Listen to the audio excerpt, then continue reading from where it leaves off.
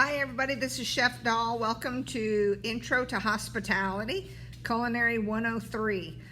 So this is talking about chapter 1 in your On Cooking book on professionalism, which talks about how it all got started with Carême and Escoffier. So I'm just going to kind of go through all that with you and talk about the brigade system and all of that. So in the 1500s, you had guilds that kind of monopolized the food industry. And what that was is, what happened is over in France and in Europe, what they did was these kids were raised, and let's say their father was a blacksmith. And so they were raised and, you know, they could join a guild. And at 14, 12, 14, it was, oh, you know what, I want to do this. Or they were told what they were going to do, and they kind of started training at a very young age. And what happened is they went to whoever the master was, and they went into there and they started learning from them and doing an apprenticeship, if you will. And they were under their guideline for years and years and years. It was like a 10-year apprenticeship. So it would start at about the age of 12, 10, and go until their 20s. And so, you know, with the chefs, they just kind of became an apprentice with them, and they just studied under them and worked under them for years. And it was kind of a, it wasn't, oh, you're going for a couple hours. I mean, they would get up at dawn with them, and they would work all day long and all night, learning and crafting their skill. And that's what the guilds were. And you had all kinds, and you had all types of guilds, and they were governed by the politics at the time. And so you had the different guilds, and you know, you had the rôtissier, the pâtissier. The pâtissier is more of your poultry and breads and tarts and pies.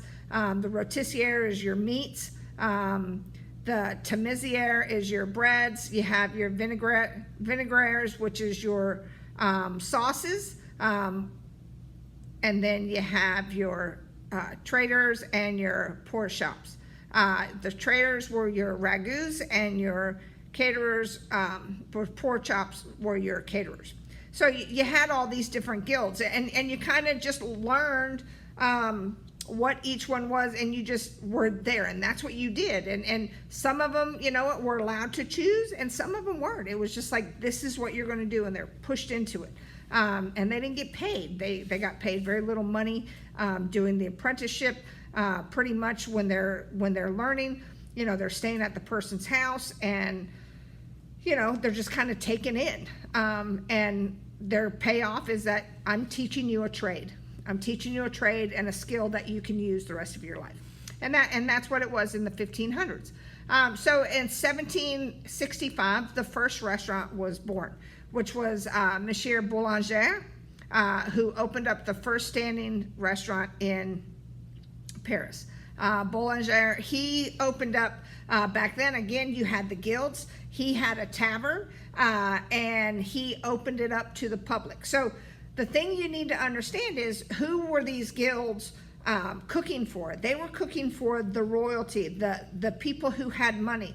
The poor were the ones who were in the guilds. The poor were not, there wasn't a restaurant. There wasn't, they were cooking at home. They were eating porridge. They were eating very cheap food, where these guilds were cooking for the political, the aristocrats, the people who owned land and had a lot of money. They're cooking for them, and it's these huge exorbitant menus, and it would be hours and hours of eating. You know, it'd be a 10-course meal, and it was just everything. You know, it'd have fish course, a beef course, salad, vegetables.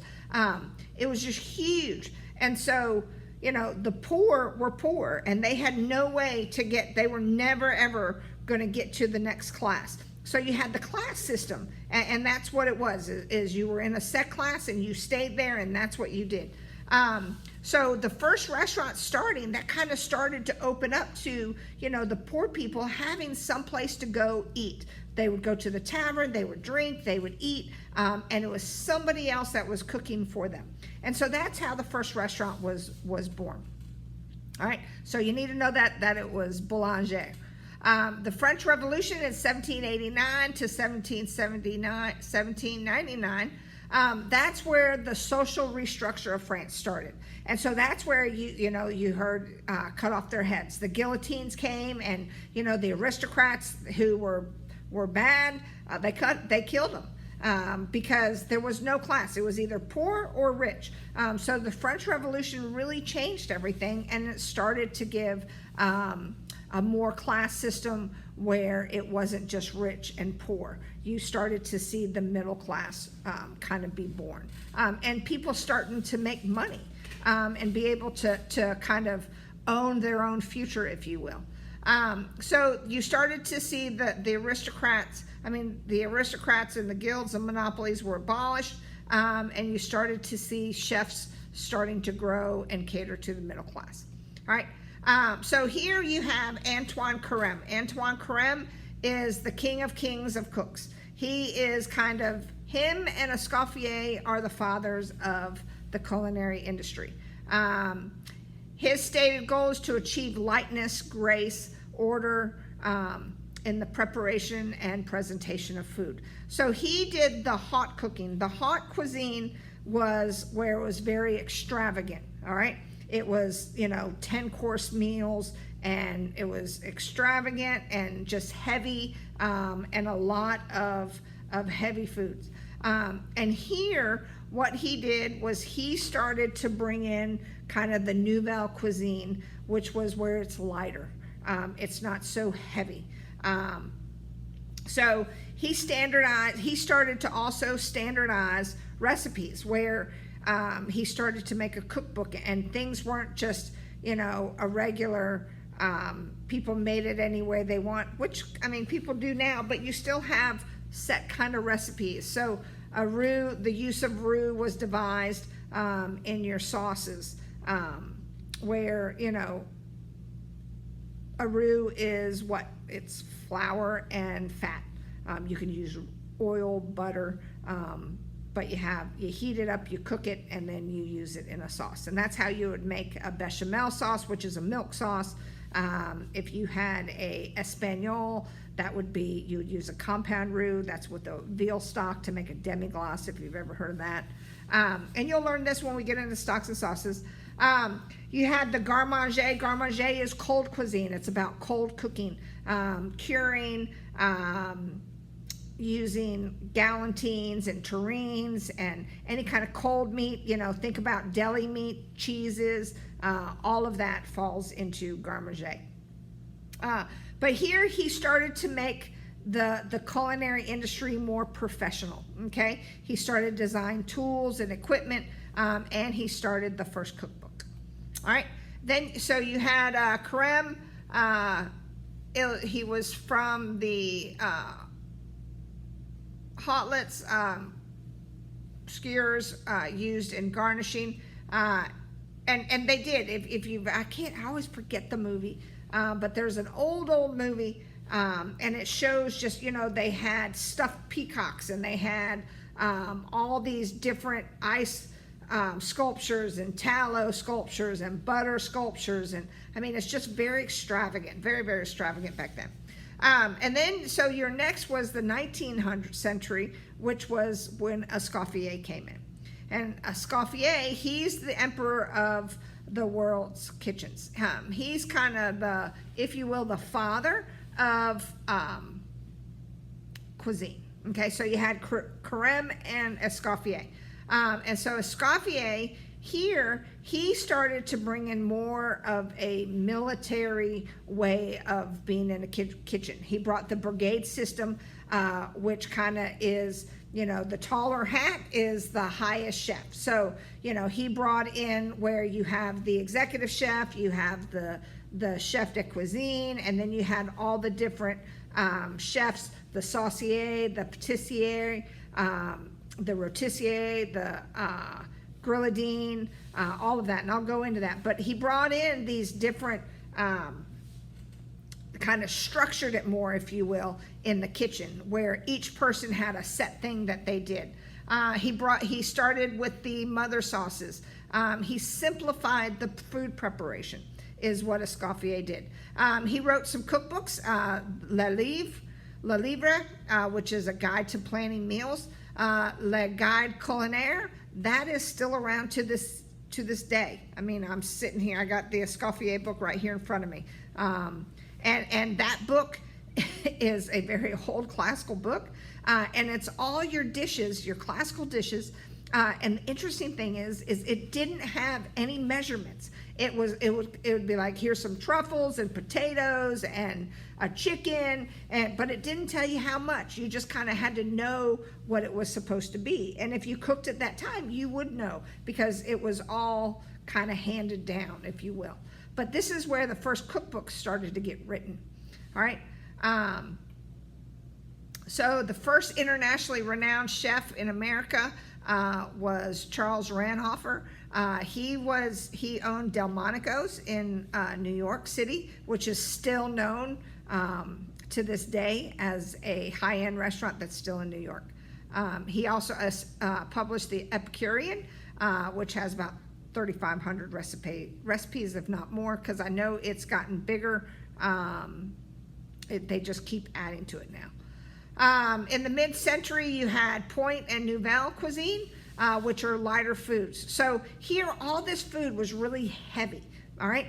Now we're getting into Nouvelle, where it's going to be lighter, it's more elegant, it's not as much food, it's smaller portions, and the presentation is really coming out now. So Chef Ferdinand Point, Chef Point, he refined and modernized the classic cuisine. He laid out the groundwork for the Nouvelle and inspired and trained chefs. Paul Bocuse, you'll see him in some of the videos. He just died. Was it last year? If you watch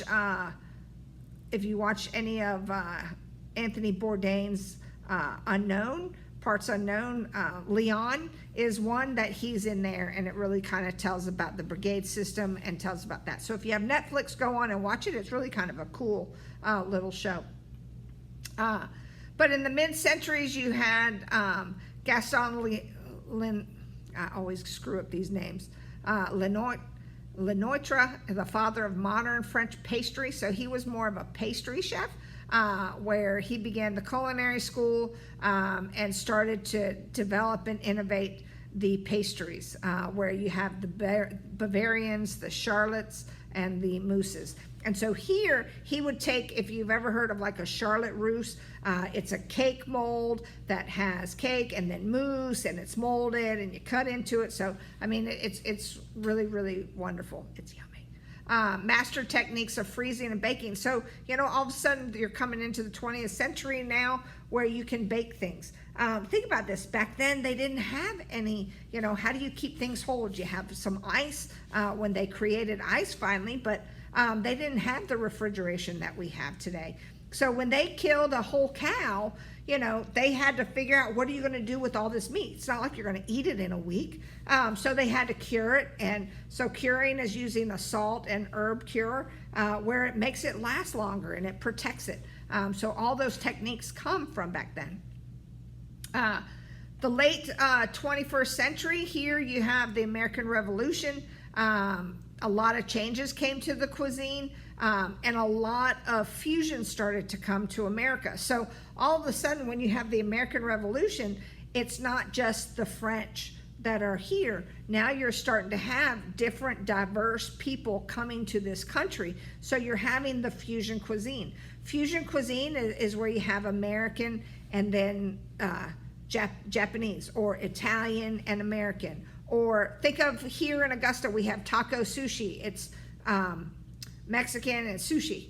I mean, your cuisine, you're fusing these two together. You're bringing them together and creating a different cuisine, and that's what fusion cuisine is.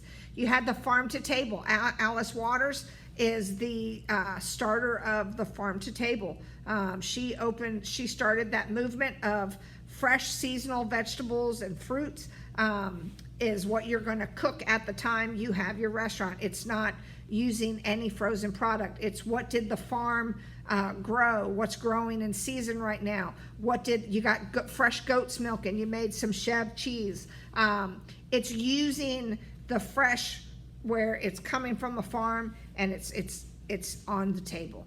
And that's what the chefs are using. That's what, when you see a farm to table, farm to table, you're using different farms and what they're creating at that time. So it's definitely nothing that's frozen, and it's definitely something that emphasizes the natural flavors. Fusion cuisine, as again, I talked about that. It's just bringing ethnic and regional flavors together, and kind of changing food, which you still see to this day. I love me some fusion food. The farm to table movement is still local, especially with the local farmers markets now. You're seeing that a lot more in probably the last 10 years. You've really started to see the farmer market come back, where you're seeing that, and people are eating local. They're getting the local food, and that's kind of goes away from the chain restaurants. The chain restaurants are not about local food. You're bringing in, chains are bringing in frozen product, and you can get it anywhere. Think about what are some chains. So Applebee's, TGIF Fridays, O'Charlie's, Chili's, Carrabba's, Red Lobster, all of those things, you're getting the same menu wherever you go. Where these farm to table restaurants, they're all diverse, they're all by themselves, because it's whatever's in that region is what they're serving. They're not serving something from California and you're in Vermont. So it's really whatever is in that area. The modernist cuisine, here is where chemistry, think of the molecular gastronomy. You're going to see, when you look at some videos tomorrow, you're going to see Grant Atchitz, who is, bye, see you later, chef. You'll see that he is, he trained under Thomas Keller, and he brought the science to food. Molecular gastronomy is where now you're taking food and you're adding liquid nitrogen to something, and now something that's never been frozen, you're having steam, and the come out of your mouth. If you've ever gone to one of those ice cream places, you can get some of those, and it's like and you'll see the steam coming out. It's fabulous. It's not steam, it's like what is it? I don't know. Anyways, but it changes the texture, the consistency of the food. It changes the molecules to something different.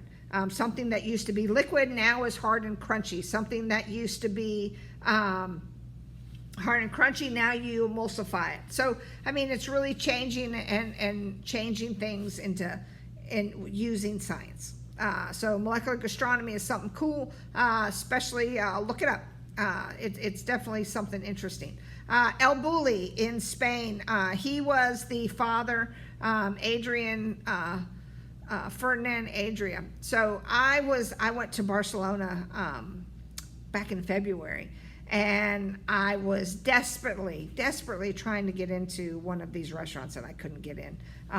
It kind of sucked. I waited too long. But they're very well trained, very expensive menus, but something very interesting and unique. Some people will say the food, it doesn't have a lot of flavor because it's more about how it's presented.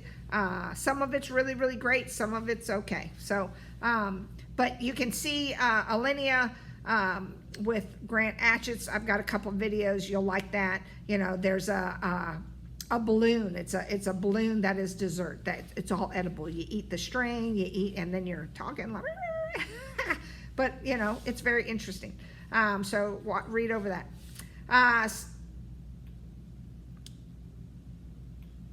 So modern food service operations, the new technologies impacted our industry. Stoves replaced fireplace cooking. Food storage and canning and freezing expanded the availability. So all of a sudden you can freeze meats, you can freeze vegetables, you can can them, and now you can get something that's a winter vegetable, you can get it in the spring. You can get a spring vegetable in the winter. So you can transportation, change the whole country, change the world. That all of a sudden now you're getting fruits and vegetables from Chile, from Venezuela. You're getting things from France and from New Zealand. You're getting it from Florida to Washington State. You're getting salmon from Washington State. So all of a sudden you're becoming where you can get anything you want in the world and it can come to you, which is great. It changed food. It changed the world of eating. Food supplies, new foods are available today, and you see that. You have different hybrids. They're taking fruits and vegetables and making hybrids. There's just so many different things that are happening today that didn't happen 40, 50 years ago. The industry today is different. When I was growing up, my mom, she was a gourmet cook. She stayed at home, and we had gourmet meals every night wherever we lived. We lived all over the world. Dad was a doctor and in the Army, and we lived all over the world. And so, to come home and your mom's at home and cooking a meal, and you sit down and you have a meal. You don't do that today. The mom and dad are working. You have, people eat out more today than they ever have. I remember when I was growing up, and I was probably 14, 15, to go to fast food was something special. Mom would take me to the dentist, and then we would stop at McDonald's. But it wasn't something that was daily, where you see today people eating fast food daily. At least one meal a day, 90% of the population eat. That's why the COVID virus, everybody being laid up, people are having to cook. They don't know how to cook. They don't know how to fend for themselves. They're not used to being at home. People are used to being out and about. So, food has changed, and it's going to change from this. I firmly believe that our industry is going to change. And our industry has been hugely impacted from this virus. You have so many people laid off. So here you have different, you have organic foods now, you have the production, you're getting things from local farms that you can get globally now. So things have definitely changed. Sustainability is huge. A lot of chefs, a lot of high-end restaurants, they're going more back to the sustainability. They're going back to bringing something in fresh, that farm to table, that it's using what is around me, not something that I have to, that comes in a can. There's restaurants. I was up in Atlanta for about 20 years, and you had restaurants, they had their own farms. They had, they had their own cows and pigs that, they would get and they would fabricate. They would kill and fabricate and use that meat. So, a lot of that is happening again. Sustainability is looking at the no pesticides. They don't want all of the GMOs. They don't want the chemicals in their food. So that's kind of that. The kitchen brigade. So the kitchen brigade is a system of staffing in a kitchen. Okay, so it's the back of the house, which is in the kitchen, so that each worker is assigned a set specific task. And Escoffier was credited for this. So Escoffier brought this system into place. The modern kitchen today has just will have a sous chef, which means under the chef. You have maybe an area chef or a supervisor, line cooks, pastry chef, apprentice, or short order cooks. So usually today you'll see the executive chef, you'll see the sous chef, and then from there you might have some supervisors. It all depends on how big the restaurant or the hotel is or the club is. It all depends. I've seen a I know of places that had the executive chef, and then you had 4 other executive chefs underneath him, and then you had sous chefs, you had 3 sous chefs under each one, and because the property was huge, and then all the different line cooks in the area. So, I mean, it really kind of is, however big the place is, then is how much you're going to have. Here, great example at Edgar's Bistro, which we are affiliated with. You have an executive chef, you have a sous chef, and then you have your line cooks. You know, we have a pastry chef, Chef Kelsey Barak. She just won the dessert chop. That was aired back in right before all this happened in March, that she won. So you have pastry chefs today, but usually the pastry chef falls under the executive chef because they have their own department. When I was in hotels, I had my sous chefs, I had my pastry chef, and then they had their people underneath them. So I kind of managed all of it. So, you know, it really is looking to, you know, how big is the property, because all properties are different. The classic kitchen brigades, back then they consisted of chef de cuisine, which was supported. So the chef de cuisine was the executive chef. They were supported by their sous chefs, the aubière, which is your expediter, the chefs de partie, which is your station chefs, and the commis, which is your cooks or your assistants. And all of those, you know, you had, here's the thing, back in the day with Escoffier and them, they had a lot more people in the kitchen doing one specific task, where here, now you have the chefs doing multiple tasks. So it's a lot more, you know, people aren't just sauce cook, they're doing stock, sauces, they're grilling the meats, they're fabricating chickens, they're doing all kinds of stuff, where back then it was you were just a rôtissier, where you just did the meats, or you were a saucier, where you just did the sauces. So it is kind of, it's a lot different today, and you don't have as many people in a kitchen. So the professional chef, what does it take? So you have knowledge, it's a lifelong learning. Guys, I've been a chef now for 25 years, and I'm still learning, I'm still growing. You know, one of the big things I've been putting in, I just started a sourdough bread starter, and I've been playing with that. I made cinnamon rolls, they turned out excellent. I made sourdough bread. I'm going to do focaccia this weekend. You know, I'm always constantly growing, changing.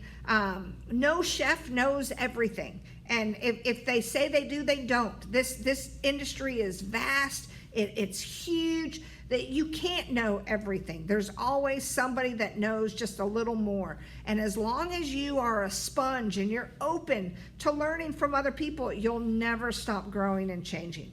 And so that's how I am. I'm always constantly trying to grow, change. I firmly believe that I can learn from anybody. Not all chefs are like that. A lot of chefs are, this is the way you're going to do it. And when I'm in the kitchen, I'll tell you, if I'm doing a certain type, this is the way we're going to do it, and we're doing it my way, and that's what we're doing. But trust me when I tell you, I know what I know, and I know what I don't know. And that's huge, to know what you know and know what you don't know. So like my thing that I've been working on that I don't know is baking and pastry. I've been working with cakes more. I've been playing with this sourdough starter. I'm working on things I don't know. Can I fabricate a chicken? Yeah. Can I braise it and roast it and, you know, make an airline chicken breast and grill it and saute and fry it? I can do all that. I can make it any way you want. You'll love it. But you know what? Can I decorate a cake real well? No. You don't want, it will taste good. It won't look real pretty, but I promise you'll like the flavors. So, you know, I'm constantly learning, I'm constantly growing. And that's what a chef is. It's knowledge, it's a lifelong of learning. Skills develops with experience. I've always said that, you know what, if you haven't made a hollandaise sauce 200 times, you don't know how to make it. You know, if you can't do it under fire, that, you know what, you have your hollandaise sauce, which is, it's egg yolks, lemon juice, clarified butter, salt, pepper, salt and cayenne. That's it. And you'll whisk it. It's a technique. You'll learn it when you're in stocks and sauces. But you know what? It's very heat sensitive. And if it gets cold and you heat it back up, it just melts just like butter and it separates, and can you bring it back? Yeah. And I'll never forget, I was doing a restaurant fire with my students and they were like, "Chef, it broke." And I went, "What are you going to do? I showed you how to fix it." And it was deer in the headlight. And I went, "Get a bowl, get this." And within 2 seconds, done. It was fixed, it was ready. And they're just all sitting there and they're like, "Oh my God, I can't believe." I was like, that's what you have. If you haven't done it 200 times and know all the ins and outs, that if you add too much of this, you got to do this. And if you get this too much heat, you got to know. And how do you know that? Is make mistakes. You got to learn. I learned from mistakes. I learned from making mistakes. That's how I learn. That's how we all learn. Oh, I did that. That's what this happened. If I do this, this is what that happened. How do you fix it? There's two things I say I can't fix. I can't fix burnt and I can't fix dry. So if you burn the chicken, I can't fix it. If you dry out your chicken, I can't fix it. I can hide it, but I can't fix it. It's still going to be dried chicken, dried ass chicken, right? So just know that. A chef, they need to develop their taste, okay? You got to taste everything. So many students today, they don't want to taste anything. Caviar, have you tasted it? My sister, her neighbor came back from Russia and brought some caviar. I was like, "Oh my God, we got to try some." You got to be able to taste it. Doesn't mean you're going to like everything, but try it. Try a little bite, see if you like it. And if you don't, that's fine. But at least you took that opportunity. I say whenever you start culinary school, welcome to the Try It You Like It Club, because you got to try everything. I don't care. I don't want it. No, try it. Try it. Because that's how your taste buds are going to grow. That's how you're going to learn. You got to do judgment. Judgment is everything. And judgment is, it's looking at things for what they are and judging. I'm judging food constantly. Is it too hot? I'm looking at my pan. I'm making judgments every day. Dedication, it's long hours. You know what? When I was in hotels, I was working my normal day was a 10-hour day. If I worked an 8-hour day, it felt like a half day, because my normal day was at least 10 to 12 hours a day. During holidays, I would see my family 2 weeks before Thanksgiving, and I would go home and I'd be like, "Hey, happy Thanksgiving, Merry Christmas, Happy New Year, see you in January." And while everybody was enjoying the holidays, I was working. I was working 14, 16-hour days. Thanksgiving, I fed 6,000 people. I worked from 6 o'clock in the morning until 8 o'clock at night. I was exhausted. I was cooking turkeys for 2 weeks. I didn't want to see a turkey to save my life. You know what I mean? But that's dedication. I've worked for 3 weeks straight and didn't have a day off. How do you get people to keep showing up? And that's what it is. It's digging down and being dedicated and committed and making that commitment, and and not giving up. No matter what happens, I'm committed. So many people today, I don't like it, and they get uncommitted. So you got to be dedicated. You got to commit to this. Commit, do it, and stick with it. Because I promise you, at the end of the day, if you do, you'll really enjoy what you do. The one thing I love about being a chef is I look at it this way. My friends, they go to work, it's a paycheck. I go to work, paycheck is great, it pays all my bills, but I love what I do. I love cooking. I love creating new things. I love dealing with people. I love teaching you guys. My excitement is when you guys go, "Oh, wow, I can do that." So it's find your passion, do it on purpose, and be excited, because not everybody lives that life. And if that's the life you choose, this industry is for you. And if it's not, then it's not for you. I have many students over the years that, they would go out on externship and be like, "Oh my God, this is too difficult," because it is a hard industry. At the end of the day, what excites me is that I get to be a part of people's celebrations. I get to be a part of people's birthdays and reunions and weddings. My food, they get to go. I have friends that, they got married 10 years ago and they go, oh my God, do you know what I still remember most about my wedding? I'm like, wow, what? And they go, your food. And I'm like, what? My food? And they, yeah, your food, So, I have friends who go, you know what I remember at your wedding and that pecan crusted chicken that we had with that peach chutney, it was just incredible. And I'm like, oh, great, okay. But people remember that. Food goes with emotions, So think about when you're hunkered down and you're tired and you want that home cooked meal. What is that? What's that home cooked meal? Because that is your comfort food. That's what you go back to. We eat with our emotions. Professional ethic. You know what? You have to stay professional. And professional ethic is being professional, treating people professionally, being not fearful, being respectful of others, and treating people fair. That's ethics. That's professional ethics. It's not lying. It's not cheating. It's not how am I going to get one over on you. It's having some sort of professional ethics and knowing what's right and wrong. And it's that core value, if you will. And then pride in what you do, pride in how you look. I wear my uniform. My uniform is white. You can see it's nice. It's white. It's clean. It's pressed. It's not gray and dingy. It's not wrinkled. It's I take pride in how I look.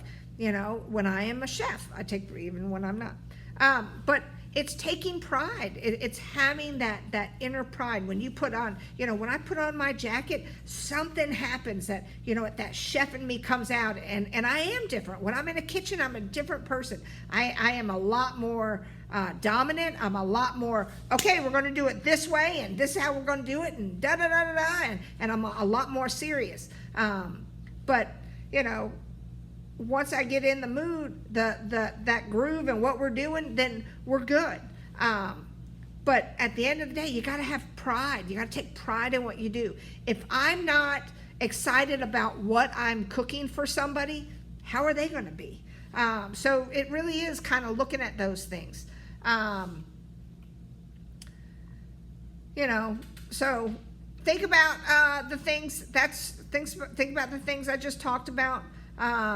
There's all kinds of different careers in our industry. It's, find out what excites you.